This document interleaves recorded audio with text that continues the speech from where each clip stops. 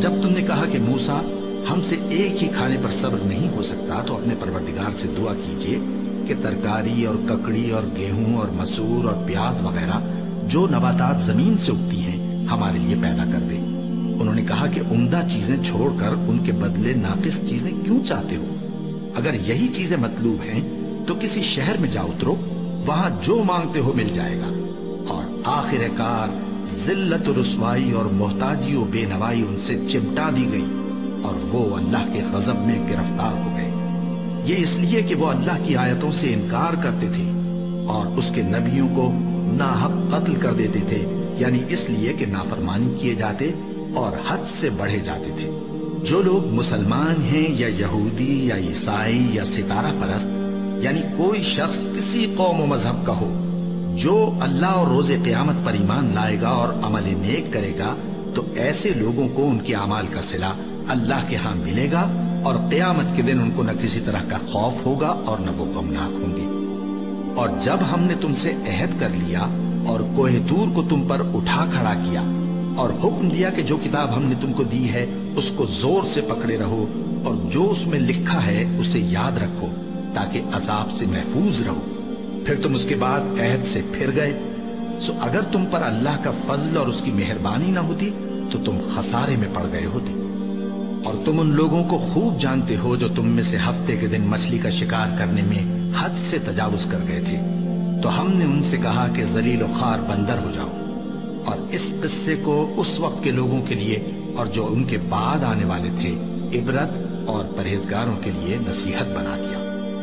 اور جب موسیٰ نے اپنی قوم کے لوگوں سے کہا کہ اللہ تم کو حکم دیتا ہے کہ ایک بیل ذبح کرو، وہ بولے کیا تم ہم سے ہنسی کرتے ہو؟ موسیٰ نے کہا کہ میں اللہ کی پناہ مانگتا ہوں کہ نادان بنوں۔ انہوں نے کہا کہ اپنے پروردگار سے التجا کیجئے کہ وہ ہمیں یہ بتائے کہ وہ بیل کس طرح کا ہو۔ موسیٰ نے کہا پروردگار فرماتا ہے کہ وہ بیل نہ تو بوڑھا ہو اور نہ بچڑا بلکہ ان کے درمیان یعنی جوان ہو، سو جیسا تم کو حکم دیا گیا ہے ویسا کرو۔ انہوں نے کہا اپنے پروردگار سے درخواست کیجئے کہ ہم کو یہ بھی بتا دے کہ اس کا رنگ کیسا ہو۔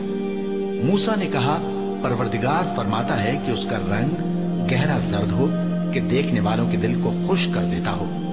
انہوں نے کہا اب کے پروردگار سے پھر درخواست کیجئے کہ ہم کو بتا دے کہ وہ اور کس کس طرح کا ہو، کیونکہ بہت سے بیل ہمیں ایک دوسرے کے مشابہ معلوم ہوتے ہیں اور اللہ نے چاہا تو ہمیں ٹھیک بات معلوم ہو جائے گی۔ موسیٰ نے کہا کہ اللہ فرماتا ہے کہ وہ بیل کام میں لگا ہوا نہ ہو، نہ تو زمین جوتتا ہو اور نہ کھیتی کو پانی دیتا ہو، بے عیب ہو، اس میں کسی طرح کا داغ نہ ہو۔ کہنے لگے اب تم نے سب باتیں درست بتا دی۔ غرض بڑی مشکل سے انہوں نے اس بیل کو ذبح کیا جبکہ وہ ایسا کرنے والے لگتے نہ تھے۔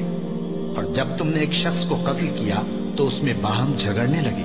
حالانکہ جو بات تم چھپا رہے تھے اللہ اس کو ظاہر کرنے والا تھا۔ چنانچہ ہم نے کہا کہ اس بیل کا کوئی سا ٹکڑا مقتول کو مارو، اس طرح اللہ مردوں کو زندہ کرتا ہے اور تم کو اپنی قدرت کی نشانیاں دکھاتا ہے تاکہ تم سمجھو۔ پھر اس کے بعد تمہارے دل سخت ہو گئے گویا وہ پتھر ہیں یا ان سے بھی زیادہ سخت، اور پتھر تو بعضے ایسے ہوتے ہیں کہ ان میں سے چشمے پھوٹ نکلتے ہیں اور بعضے ایسے ہوتے ہیں کہ پھٹ جاتے ہیں اور ان میں سے پانی نکلنے لگتا ہے،